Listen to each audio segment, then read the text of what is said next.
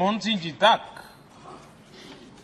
एक बहुत बड़ी श्रृंखला जिसने इस सदन का नेतृत्व किया है और सदन के माध्यम से देश को दिशा दी है, देश को नए रंग रूप में ढालने के लिए उन्होंने परिश्रम किया है, पुरुषार्थ किया है।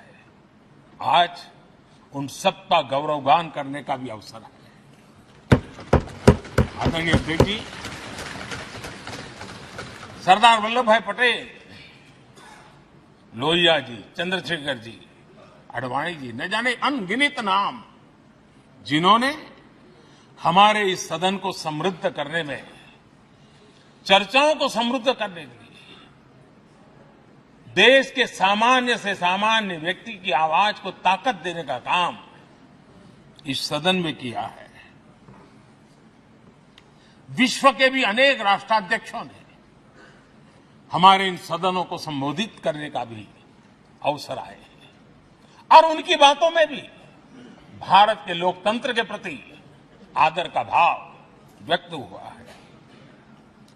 आदरणीय अध्यक्ष जी, उमंग उत्साह के पल के बीच भी कभी सदन की आंख से आंसू भी बहे। ये सदन दर्द से भर गया जब देश को 3 अपने प्रधानमंत्री उनको अपने कार्यकाल में ही खोने की नौबत आई, नेहरू जी, शास्त्री जी, इंदिरा जी। तब ये सदन अश्रु भीनी आंखों से उन्हें विदाई दे रहा था। जी, ये वो सदन है जहां पंडित जी को इसलिए भी याद किया, अनेक बातों के लिए याद करेगा, लेकिन हम जरूर याद करेंगे इसी सदन में पंडित नेहरू का at the stroke of midnight की गूंज हम सबको प्रेरित करती रहेगी। और इसी सदन में अटल जी ने कहा था, वो शब्द आज भी गूंज रहे हैं इस सदन में, सरकारें आएगी जाएगी, पार्टियां बनेगी बिगड़ेगी, लेकिन ये देश रहना चाहिए।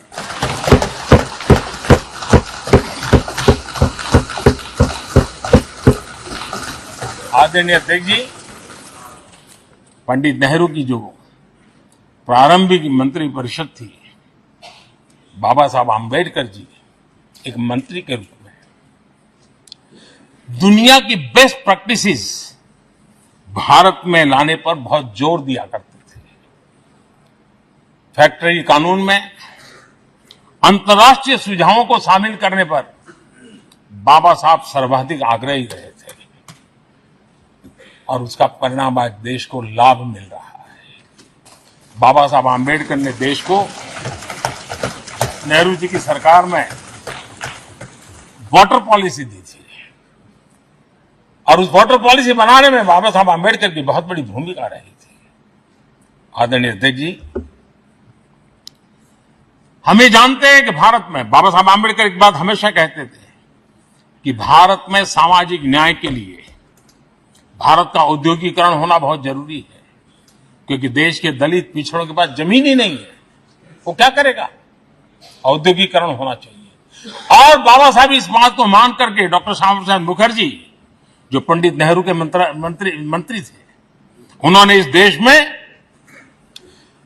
और पहले वाणिज्य मंत्री के रूप में और उद्योग मंत्री के रूप में उन्होंने इंडस्ट्री पॉलिसी इस देश में लाई थी।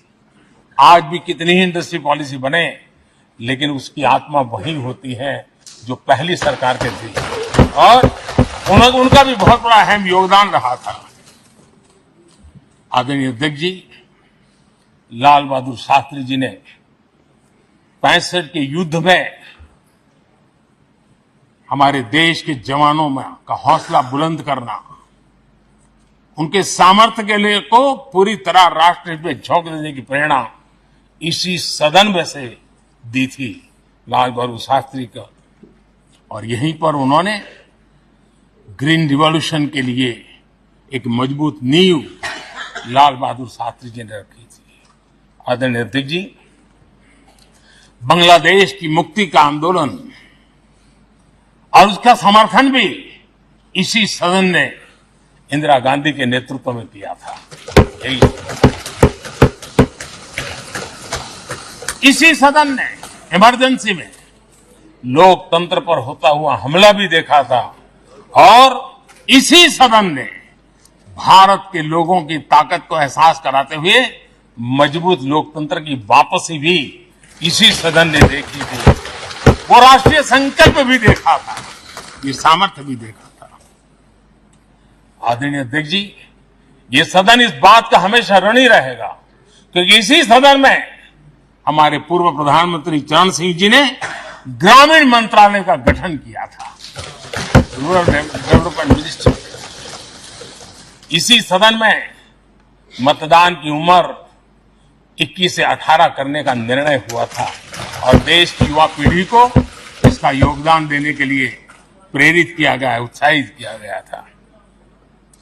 हमारे देश ने गठबंधनों की सरकारें देखी, पीपी सिंह जी हो, चंद्रशेखर जी, और बाद में एक सिलसिला चला।